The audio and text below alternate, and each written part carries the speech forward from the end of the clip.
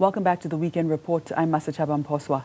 The Green Connection, an energy advocacy organization, presented to Parliament's Portfolio Committee for the Department of Electricity and Energy yesterday on the issue of access to electricity in the country. They highlighted governance challenges in the energy sector as the cause of steep electricity prices and called for an urgent, people-centered integrated energy plan. We speak now to Advocacy Officer at the Green Connection, Lisa Makaula. Good morning. Welcome to Newzroom Afrika. Thank you, Ms. Chaba, for having me.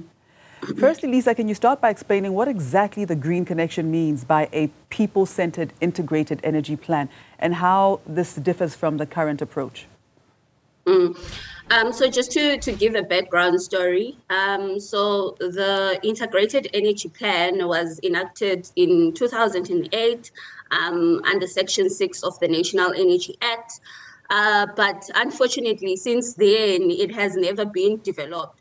So what is this integrated energy plan? It looks at the overall energy systems of South Africa in terms of where do we see ourselves as a country in the next 10 years and in the next 5 years. And I think, as you know, we are currently, pursuing a just energy transition, meaning that we are moving from a high carbon economy to a low carbon economy. So this plan is very important because it will take into consideration socio-economic development. It will also take into account environmental sustainability, but also reducing our emissions. And the key highlight from yesterday's meeting, was the call for also the minister to actually review the electricity pricing policy because of the high cost of electricity, which are actually putting a burden on vulnerable communities. Now, when you say electricity pricing policies push expensive technology costs onto households who, as quote unquote, simply cannot afford it. Can you explain this mechanism? I mean, how are poor households essentially subsidizing wealthy consumers? So if you recall, last year there was a gazette of the Integrated Resource Plan. So this Integrated Resource Plan is basically an electricity framework or plan for South Africa. And when we looked at this electricity framework, with it undergone consultations, the first draft. But the second draft, which was supposed to be released this year, we didn't get to see it, but it got leaked. And when we looked at the technologies that were proposed, they were expensive. And obviously, this would mean that it would become more expensive for the communities and for the vulnerable out there. So the call was that if we are to consider alternatives when it comes to energy sources, we need to look at cheaper alternatives. And currently, when we are looking at renewables, they are becoming much more cheaper, as well as battery storage, because we understand that at the end of the day, we need battery storage if we are to pursue renewables. And I think South Africa is already doing that, but it could still play a very major role in terms of bringing that technology into the space. And what specific renewable energy opportunities exist that are not being pursued due to current governance challenges? At the moment, the fact that we do not have the integrated energy plan is a bit problematic, because that particular piece of paper would provide scenarios and modeling, honest modeling, to tell us what type of energy sources should the country be looking at. And sorry. If you recall, when we are speaking to energy, we're not just speaking to electricity. There's the transport sector, there's agriculture, all those various sectors, that need energy to sustain their industries. So if we could have that plan that provides modeled scenarios in terms of what type of technology that South Africa should be focusing on as we are on a just energy transition, it would really be helpful, because it would also provide an opportunity for the public to participate in this process and to comment in terms of if they think this technology is well looking into. So the only problem is that now we do not have that IEP, and it is needed for us to see how we are going to be moving forward. And remember, if we are to move move to a just energy transition, meaning that, you know, we are moving to a low carbon economy. So it means that the communities need to be involved, and also the workers, they must not be left behind, because it needs to be just, it needs to be fair, you know, and it needs to be equitable. All right. Now, when your organization emphasizes the just energy transition, as you've just spoken about, but what does justice actually look like when we speak about, I mean, when it comes to energy access, firstly, and affordability, secondly? So firstly, you know, energy access, in as much as we have got 94% of people connected, or let me say households connected to the grid in South Africa, electricity pricing is still a very big problem, because now you find out that, you know, vulnerable communities need to choose whether they are buying electricity or they are buying bread. And that is a problematic issue. So if we are to look into cheaper alternatives, energy alternatives, it means that electricity will become cheaper for people and they will be able to access it. And I think this is the current problem, because each and every year we find ourselves having to submit comments to NESA regarding electricity tariffs. And at the same time, we do see electricity tariffs going up, in as much as we do say this is going to put, you know, vulnerable communities in a dire state, but we still see electricity prices going up. So it's a huge problem. And what are South Africa's unique advantages in the global energy landscape, and how well are we capitalizing on them?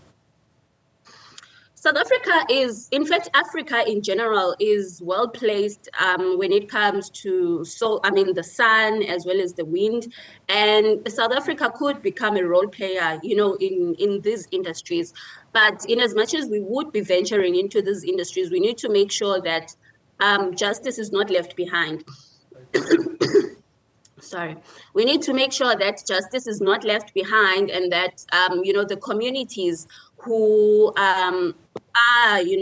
who are part of this just energy transition, and the workers, they are involved, you know, in this process. So South Africa could become a role player in renewable energy, and, you know, especially also in Africa. So those are the opportunities that are there. But at this moment in time, you know, we are seeing expensive technologies in the IRP that is being proposed, which would then obviously mean that the consumers would have to subsidize those type of technologies. And electricity is already expensive for communities. So how much more if we do venture into this technology? So looking into cheaper alternative energy technologies would mean that electricity becomes cheaper for communities. And given that energy decisions are often highly technical, how do you ensure meaningful community participation without it becoming just a box-ticking exercise? I mean, at this moment in time, each and every, you know, piece of paper, policy that comes from government, it needs to undergo public participation.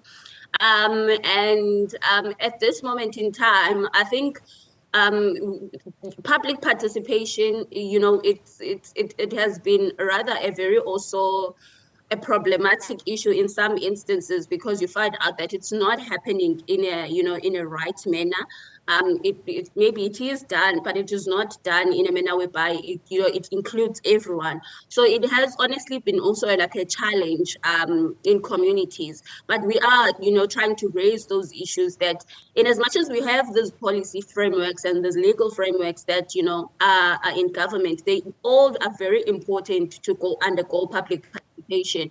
And I think you would recall, if we would speak to, you know, the Shell case in the Wild Coast, public participation was, you know, a key issue in that case. And you know, the judge favored the communities because it was not done properly. So it's still, you know, a challenge, but we are trying to raise those issues and, you know, call on government to really address it, because at the end of the day, it is important for communities to be involved in decision making.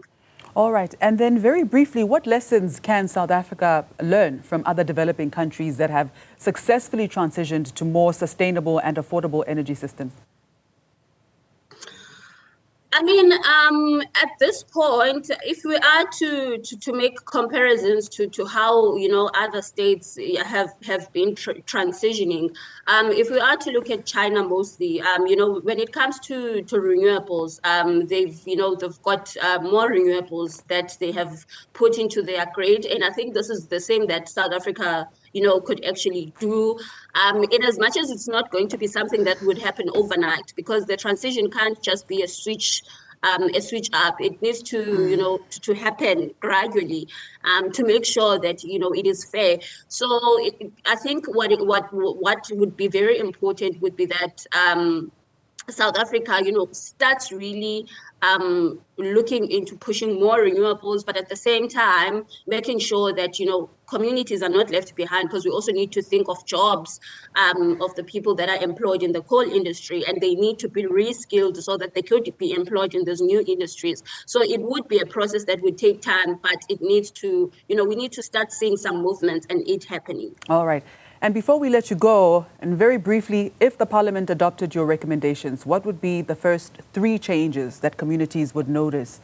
And what mechanisms would you like to see established to ensure ongoing community input into energy policy? Firstly, it would be the Gazette of the IEP for public comment. I think that would be really very, very, you know, a great opportunity for communities to comment on. So if that, you know, integrated energy plan would be gazetted for comment, the communities would get a chance, you know, to comment in terms of what they think the energy system should look like in South Africa in the next 5 years and 10 years as we try to reduce our emissions. And that would be the first thing that would really be an opportunity. And the second one would be, you know, seeing the minister review the electricity pricing policy, because currently, you know, electricity is very expensive. So seeing that being done would really also be like a step forward.